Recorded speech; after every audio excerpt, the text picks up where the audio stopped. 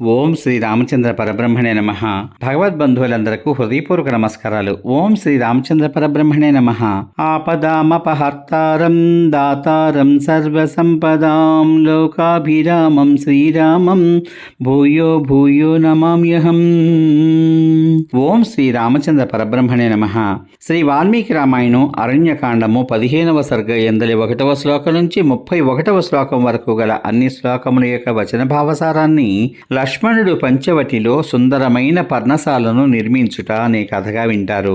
పిమ్మట రాముడు అనేక విధములైన దుష్ట సర్పములతోనూ లేదా మదించిన ఏనుగులతోనూ ఇతర మృగములతోనూ వ్యాప్తమైన పంచవటి చేరి తేజస్సుతో ప్రకాశిస్తున్న సోదరుడైన లక్ష్మణునితో ఈ విధంగా పలికాడు. లక్ష్మణ, అగస్త్య మహర్షి చెప్పిన ప్రదేశానికి వచ్చాం. ఇక్కడ అరణ్యం అంతా పుష్పించి ఉన్నది.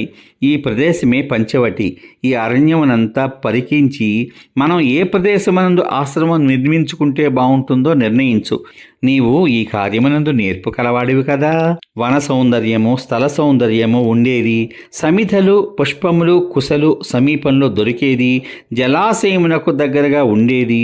సీత, నీవు, నేను సుఖంగా నివసించడానికి తగినది అయిన ప్రదేశాన్ని చూడు అని పలికాడు. రాముడు మాటలు విని లక్ష్మణుడు అంజలి ఘటించి సీత సమక్షమున రామునితో ఈ విధంగా అన్నాడు. రామా, నీవు ఎన్ని సంవత్సరాలున్నను నీవున్నంతకాలం నేను నీవు చెప్పినట్లు చేయవలసిన వాణ్ణే గాని స్వతంత్రుడను కాను. అందుచేత నీవే ఒక రమ్యమైన ప్రదేశాన్ని నిర్ణయించి అక్కడ ఆశ్రమం నిర్మించు అని నన్ను ఆజ్ఞాపించుము అని పలికాడు. లక్ష్మణుడు పలికిన ఆ మాటలకు సంతోషించి రాముడు బాగుగా విమర్శ చేసి సకల గుణములతో కూడిన ఒక ప్రదేశాన్ని ఎన్నుకున్నాడు.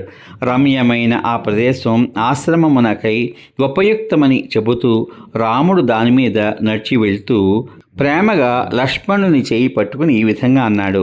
లక్ష్మణ, ఈ ప్రదేశం సమంగా ఎత్తుపల్లాలు లేకుండా ఉంది. చుట్టూ పుష్పించిన వృక్షాలతో శోభాయుక్తంగా ఉంది. ఇక్కడ యథావిధిగా పర్ణశాల నిర్మించు. పద్మములతో శోభిస్తున్న రమ్యమైన పద్మ సరస్సు, సూర్యుని వంటి సుగంధయుక్తములైన పద్మములతో ఇక్కడికి సమీపనందే కనిపిస్తోంది. అగస్త్య మహాముని చెప్పిన విధంగా పుష్పించిన వృక్షముల చేత ఆవరింపబడినది, హంసకారండవ పక్షుల చేత నిండినది, చక్రవాక పక్షుల చేత ప్రకాశింపజేయబడినది అయిన రమ్యమైన గోదావరి నది కూడా కనబడుతోంది. ఈ పర్వతాలను చూడు. ఇవి మృగముల గుంపులతో నిండి రమ్యములై ఉన్నాయి. వీటిలో అనేకమైన గుహలున్నాయి. అవి నెమళ్ల కూతల ధ్వనుల చేత ప్రతిధ్వనిస్తున్నాయి. ఈ పర్వతాలు చాలా ఎత్తుగా ఉన్నాయి. వీటికి నలువైపులా వికసించిన వృక్షాలు ఉన్నాయి. ఇవి మిక్కిలి దూరమునందు గాని మిక్కిలి దగ్గరలో గాని లేవు. ఈ పర్వతములపై బంగారు, వెండి, రాగి ధాతువులు అంతటా నిండి గవాక్షముల వలె ఉన్నాయి. వాని వలన ఈ పర్వతాలు అందమైన వర్ణ రచనల చేత ప్రకాశించు ఏనుగుల వలె ఉన్నాయి. ఈ పర్వతాలు సాల, తాల, తమాల, పనస, ఆమ్ర, నివార, తిమిస, పున్నాగ వృక్షాలతో ప్రకాశిస్తున్నాయి. చూత, అశోక, తిలక, చంపక, కేతక వృక్షాల చేతను, పువ్వులతో నిండిన పొదలు, లతలు చుట్టుకున్న ఇతర వృక్షముల చేతను ఆవరింపబడి ఉన్నాయి. చందన, స్పందన, నీప, పర్ణాస, లికుచ, ధవ, అశ్వకర్ణ, ఖదిర, శమీ, కింసుక, పాటల వృక్షముల చేత కూడా ఆవరింపబడి ఉన్నాయి. లక్ష్మణ, ఈ ప్రదేశం పుణ్యమైనది, పవిత్రమైనది, అనేక మృగ పక్షులతో నిండి ఉంది. అందుచేత ఇక్కడనే నివసిద్దాం. ఈ జటాయువు కూడా మనతో ఇక్కడే నివసిస్తుంది అని పలికాడు. మహాబలశాలి అయిన లక్ష్మణుడు రాముని మాటలు విని అతని కొరకై అతి శీఘ్రంగా ఒక ఆశ్రమాన్ని నిర్మించాడు. అతడు మట్టిని ఎత్తుగా చేశాడు. మంచి స్తంభాలను నిలబెట్టాడు. పొడవైన వెదుళ్లతో వెనుబద్ద ఏర్పాటు చేశాడు. జమ్మి కొమ్మలు పరచి దృఢమైన పాసముల చేత వాటిని కట్టి వానిపై దర్భలు, రెల్లుగడ్డి, ఆకులు కప్పాడు. నేలను సమం చేశాడు.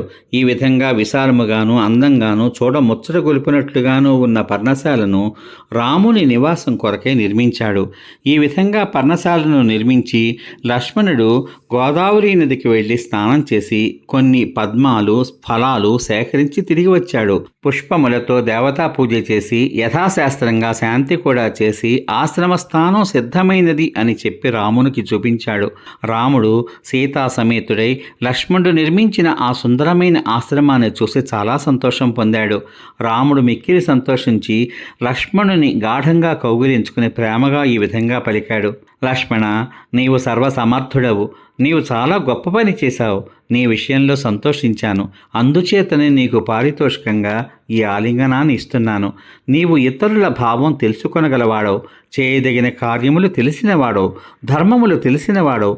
అట్టి నీవు నాకు రక్షకుడిగా ఉండడం చేత ధర్మాత్ముడైన నా తండ్రి మరణించనట్లే తండ్రి వలె నాకు అన్నీ సమకూరుస్తున్నావు. రాముడు లక్ష్మణునితో ఈ విధంగా పలికి అనేక ఫలములు గల ఆ ప్రదేశమునందు చాలా సుఖంగా నివసించాడు. స్వర్గలోకంలో దేవేంద్రుడు నివసించినట్లు ధర్మాత్ముడైన రాముడు ఆ ఆశ్రమంలో సీత లక్ష్మణుడు సేవింపగా కొంతకాలం నివసించాడు. సమాప్తం. ఇంతవరకు మీరు శ్రీ వాల్మీకి రామాయణం అరణ్యకాండము 15వ సర్గయందలి గల 1వ శ్లోకం నుంచి 31వ శ్లోకం వరకు గల అన్ని శ్లోకముల యొక్క వచన భావసారాన్ని లక్ష్మణుడు పంచవటిలో సుందరమైన పర్ణశాలను నిర్మించుట అనే కథగా విన్నారు.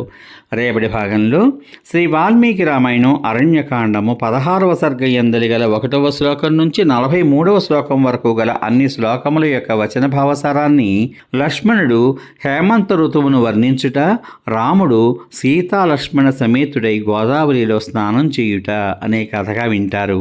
ఓం శ్రీ రామచంద్ర పరబ్రహ్మణే నమః. శ్రీరామ రామ రామేతి రమే రామే మనోరమే సహస్రనామ తత్తుల్యం రామనామవరాననే.